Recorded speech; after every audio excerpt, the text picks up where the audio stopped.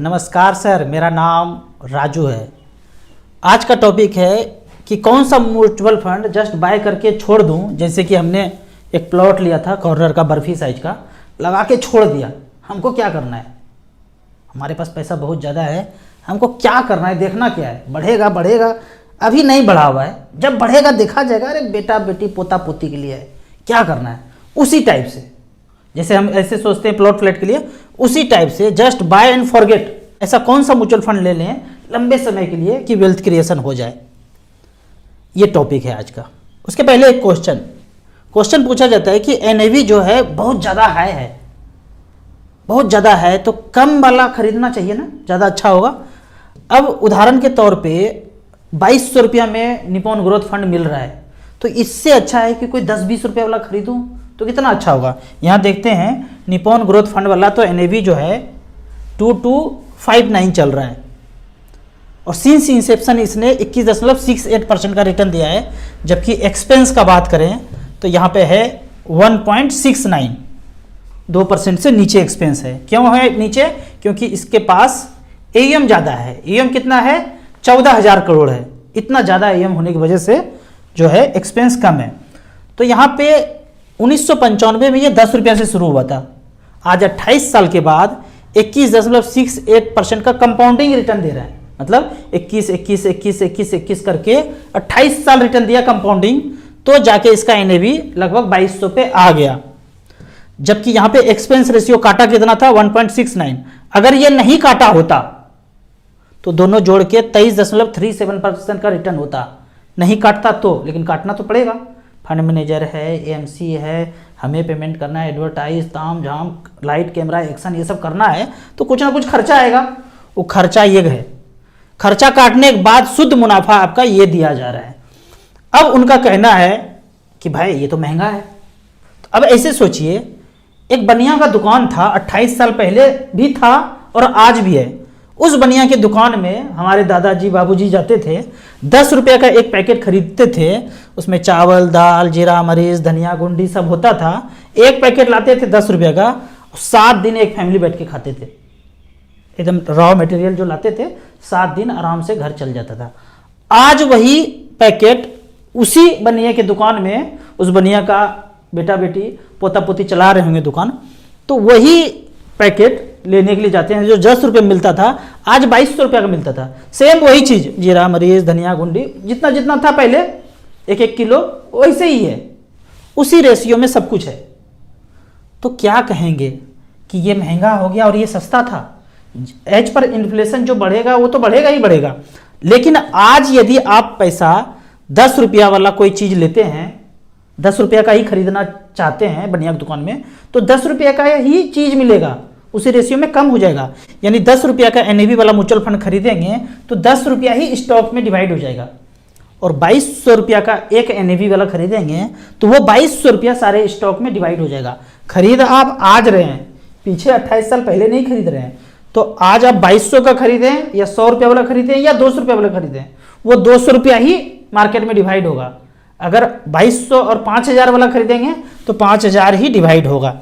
तो ये दिमाग से निकाल दीजिए कि ज़्यादा एनएवी वाला अच्छा नहीं है और कम एनएवी वाला अच्छा है। सबसे अच्छा बात, कॉमन चीज़ ये है कि जो सबसे ज़्यादा एनएवी जिसका है वही अच्छा है। उसके फंड मैनेजर ने उतना अच्छा किया है तब वो ज़्यादा है।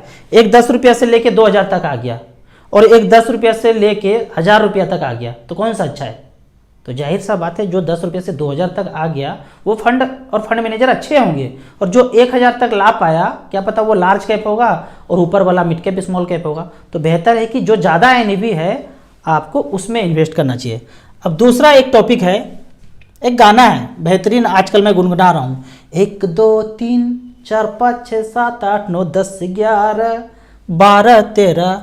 आजकल यूएस में, बाहर के देश में यही वाला गाना ज़्यादा चल रहा है। 1 2 3 बैंक ऊपर चला गया। अब ये जो है ना, माइक टेस्टिंग हो रहा है, बोलते हैं ना माइक टेस्टिंग 1 2 3, माइक टेस्टिंग 1 2 3। जब वहाँ सक्सेसफुल हो जाएगा फिर सब जगह रेस्ट ऑफ वर्ल्ड में यही चलेगा, माइक टेस्टिंग 1 2 3, 1 2 3, वो जाएगा ऊपर। क्यों ऐसा? आलम पनाह चाहते हैं। ये जो बैंक है, नोट है, ब्रांच है, कर्मचारी है, अब बंद करो ये सब नाटक बाजा, हो गया बहुत। 40-50 साल से वही नोट, वही बैंक, सब खत्म। मोबाइल पे डिजिटली चलना चाहिए सब कुछ, इसीलिए कोई माहौल चाहिए। एग्जीक्यूट कैसे करेंगे इतने बड़े चीज़ को? माहौल चाहिए। 1 2 3 ऊपर गया, अब यहाँ भी आएगा 1 2 3, फिर माहौल बनेगा। टीवी मीडिया ये सबसे माहौल बनेगा। टीवी पहले बताया हूँ क्या करते हैं, आलमपना जो चाहते हैं उसको एग्जीक्यूट करते हैं। तो यहाँ भी गाना बजेगा, वहाँ बजा, क्या पता ख़त्म हो गया, जो हो गया आदमी पहले से समझ गया, यहाँ भी समझ जाएंगे क्या होगा, वो फ्यूचर ही देखा जाएगा। पर ये वाला माइक टेस्टिंग 1 2 3 चल रहा है। इस तरह के फ्यूचर को देखना है तो मैं हमेशा बोलता हूँ 2 चैनल, निडर इंडिया, नॉकिंग न्यूज देखेंगे तो फ्यूचर पता चल जाएगा, तो डरना बंद कर देंगे। डरेंगे तो डराने वाले तैयार हैं। अब तीसरे पॉइंट पे आते हैं जो ये पर्सनली मेरे लिए है। जो लोग 60,000 62,000 लोग देख रहे हैं और मेरे साथ पर्सनली काम करना चाहते हैं, यूट्यूब पे वीडियो मेरे जैसा बनाना चाहते हैं और मेरे ही चैनल पे डाल के हमारे साथ काम करना चाहते हैं, तो एक कोर्स होता है CFP, काफ़ी लोग किए होंगे और आपके पास नॉलेज है, कंटेंट है, आपको ये डिलीवर करना है जो जनहित के लिए हो। मैं नॉर्मली सिर्फ म्यूचुअल फंड का वीडियो बनाता हूँ, तो मेरे चैनल पे सिर्फ म्यूचुअल फंड का ही वीडियो होगा। फाइनेंशियल न्यूज, फाइनेंशियल वीडियो कर सकते हैं जो आपके इंटरेस्ट का हो और वो जनहित के लिए हो, तो यहाँ आके हमारे साथ काम कर सकते हैं। वो वीडियो हमारे ही चैनल पे पब्लिश होगा और फिर हम मिलके साथ काम कर सकते हैं आगे। यदि कोई इंटरेस्टेड पर्सन हो तो मेरे व्हाट्सएप नंबर पे वीडियो आप बना करके 1 2 डालिए, कंटेंट अच्छा होगा, फिर आगे बात करके आगे बढ़ेंगे। अब पहले क्वेश्चन पे आते हैं, कौन सा बाय करके फॉरगेट कर दूं?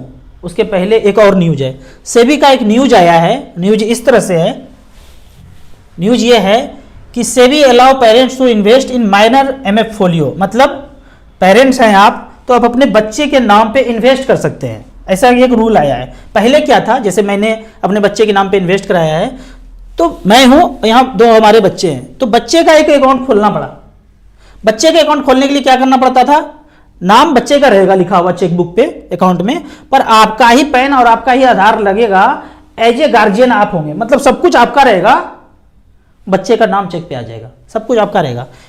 उसके बाद ही म्यूचुअल फंड में आप इन्वेस्ट कर सकते थे, बच्चे के नाम का चेक होना चाहिए था, अकाउंट नंबर होना चाहिए था। अब इस नियम को सेबी ने बोला हटा दो, जब पेरेंट्स का ही सब कुछ है तो उनके ही नाम से आप इन्वेस्ट कर सकते हैं, नाम बच्चे का आ जाएगा। यानी कि अब पेरेंट्स डायरेक्ट बच्चे के नाम पे इन्वेस्ट कर सकते हैं, नाम बच्चे का ही आएगा लेकिन सब कुछ आपका लगेगा, पैन कार्ड आपका, आधार कार्ड आपका, अकाउंट नंबर आपका, बच्चे का बर्थ सर्टिफिकेट है उससे इन्वेस्ट हो जाएगा। तो म्यूचुअल फंड में एक नया चेंज आया है। अब आपका कहना होगा कि मेरा पोता पोती नाती नतली के लिए इन्वेस्ट करके छोड़ना है, 5 लाख रुपया या 1 लाख रुपया लगाना है, तो बताइए वो कौन सा है, लगा दें अब भूल जाएं। हम तो ज़िंदगी भर समझ नहीं पाए मच फंड को और कभी किए नहीं, लेकिन आपका वीडियो देख के थोड़ा सा गर्मी आया है, खोपड़ी का ब्लूटूथ ऑन हुआ है, 5 लाख रुपये बच्चे के नाम पे झोंकना चाहते हैं, झोंक के छोड़ना चाहते हैं। जैसे वो प्लॉट लिए थे दुर्गा स्थान के बगल वाला, अब ऐसे करके यहाँ पे लगा के छोड़ना चाहते हैं। तो वो कौन सा म्यूचुअल फंड लगा के भूल जाएं। इसके पहले छोटा सा एक उदाहरण और ले लेते हैं। निपॉन ग्रोथ फंड 1995 में जब शुरू हुआ था, उसमें मान लेते हैं 30-35 कंपनी होगा। यहाँ पे देखते हैं कंपनी का नाम जो है, जो फंड मैनेजर ने इन्वेस्ट किया है, वो इतने सारे कंपनी में पैसा इन्वेस्टेड है। कितना है टोटल, आज का है ये पोर्टफोलियो, अपडेटेड पोर्टफोलियो में टोटल जो है नंबर ऑफ स्टॉक्स, अगर आप 100 रुपया भी डालते हैं निपॉन ग्रोथ फंड में तो लगभग 87-88 कंपनी में आपका पैसा जाता है। तो मेरा ये क्वेश्चन है कि आज से 28 साल पहले 1995 में जो 30-35 कंपनी होगा, क्या आज 2023 में भी वही सब कंपनी होगा? आपका आंसर होगा नहीं होगा। जो कंपनी दिवालिया कर गया होगा वो कहाँ होगा? जो कंपनी का वैल्यूएशन अच्छा होगा, जो फंड मैनेजर को अच्छा लगता होगा कि इसमें ग्रोथ है अभी, तो उसी में इन्वेस्टेड होंगे।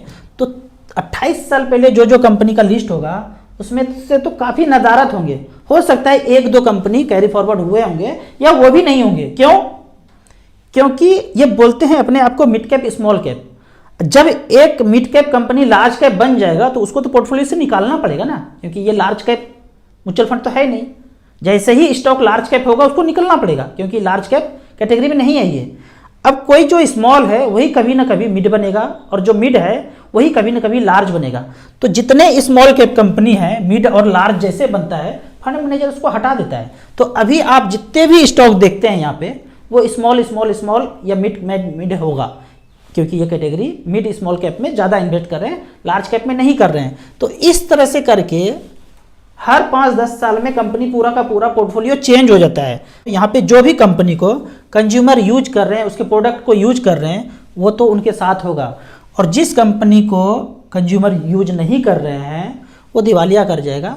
तो फंड मैनेजर का ये काम देखना है कि कौन अच्छा कर रहा है, कौन अच्छा नहीं कर रहा है, उसके साथ होंगे वो।